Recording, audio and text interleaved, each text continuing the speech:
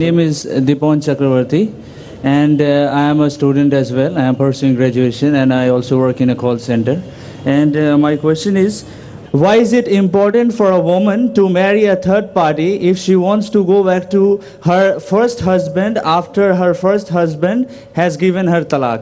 भाई साहब का सवाल था कि ज़रूरी क्यों है कि अगर एक औरत अपने शोहर के साथ तलाक हो जाता है तो उसे दूसरे से थर्ड पार्टी से शादी करना ज़रूरी क्यों है पहले शोहर से वापस करने के लिए? ये सवाल है।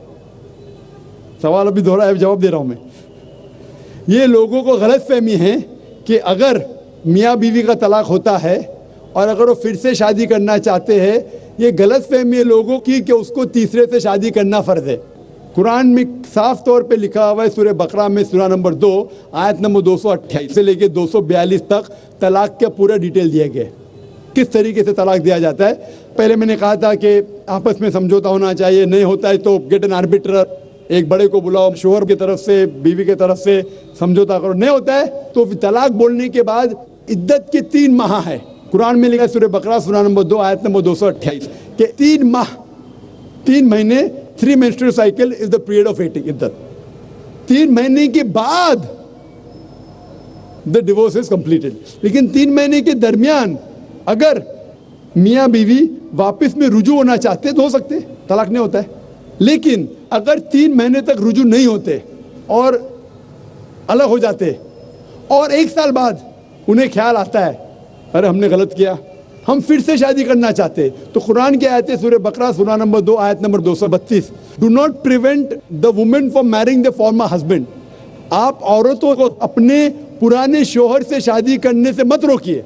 तो वो औरत फिर से अपने पहले शोहर से शादी कर सकती है, लेकिन नया निकाह नया महर, न्यू मैरिज न्यू महर। No no no, what you are saying is a misconception. I come to it. लोग समझते हलाला की जरूरत है, हलाला जैसी कोई चीज कुरान में है नहीं, मैं उसके ऊपर आऊंगा। लेकिन फिर से शादी करने के बाद फिर से इन लोग जिंदगी बसर करते हैं, 3-4 साल बाद फिर से कुछ नाइत्तेफाकी होती है, फिर से तलाक। वही तरीके से समझौता करो, बड़े को लेके आओ, तलाक बोलो, 3 माह रुको, फिर जाओ। फिर से 2 साल बाद याद आता है नहीं वापिस से रहेंगे, फिर से शादी कर सकते, फिर निकाह, फिर महर, फिर से झगड़ा होता है। फिर तीसरी बार अगर तलाक होता है तो अल्लाह ताला फरमाते सूरह बकरा सूरा नंबर 2 आयत नंबर 230 में कहते कि तीसरी बार अगर तलाक देंगे तो फाइनल। इसके बाद आप फिर से मियाँ बीवी ने, जब तक आप थर्ड को नहीं मैरी करें। इसमें क्यों? ये शादी ब्याह गुड्डा गुड्डी का खेल थोड़ी है। बचपन में गुड्डा गुड्डी का खेल में शादी करो फिर से तलाक दो, एक दिन में 10 बार शादी कर सकते, बराबर ना? ये जिंदगी गुड्डा गुड्डी का खेल थोड़ी है।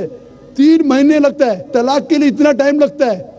प्राइवेट मीटिंग, फिर बड़े लोग से मीटिंग, फिर 3 माह, फिर जुड़ो प्यार से, एक दूसरे पे कीचड़ मत उछालो, फिर शादी करो। मैंने मेरी जिंदगी में किसको भी नहीं देखा जो सही तरीके से तीसरी बार तलाक हुआ, मैं देखा नहीं अभी तक के। 1 बार हुआ देखा होगा, 2 बार, तीसरी बार तो देखा ही नहीं मैं। ये अगर आप गुड्डा गुड्डी का खेल करते तो फिर 1 बार आपने रिजेक्ट किया, 2 बार रिजेक्ट किया, 3rd बार फाइनल, फिर आप दूसरे से शादी करो। आप प्लान नहीं कर सकते, आप दूसरे से शादी करो और रो। और फिर पता लगा आपको मैं पहले शोहर से नाराज थी, सिर्फ दिन में 6 घंटा देते थे, ये नया शोहर तो 2 घंटा देता है, तो पहला वाला अच्छा। नो, दाल आटे का भाव मालूम पड़ेगा। मेरी माँ मुझसे कहती थी मार्केट जाएंगे तो दाल आटे का भाव, दाल और आटे का भाव, आप समझे ना? तो हो सकता है क्या, मालूम पड़ा मैं मेरे शोहर से झगड़ा करती थी, वो बीवी कहेंगी, मालूम पड़ेगा नया शोहर तो पुराने वाले से बदतर है, आप समझ रहे ना? और फिर अगर नए वाले से डिवोर्स हुआ, सेम तरीका, आपस में समझौता, प्लानिंग नहीं। अगर प्लानिंग करेंगे कि एक रात तुम्हारे साथ सोऊंगा और फिर तलाक देना, ये हराम है, आप समझ रहे ना?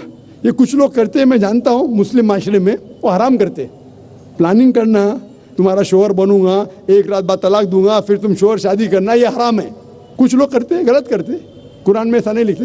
तो अगर तीसरी बार तलाक के बाद या पहली तलाक के बाद भी, पहले बार तलाक दिए, दूसरे से शादी किए, फिर पता लगा सही नहीं, तो वापस जा सकते, आप समझे ना? तो ये जो है ज़रूरी है थर्ड पार्टी के पास जाना, अगर 3 बार सही तरीके से तलाक हो तो इस्लाम में इतनी छूट है माशाअल्लाह, और इतना सही मजहब है, it's the most practical way of life. Hope that answers the question.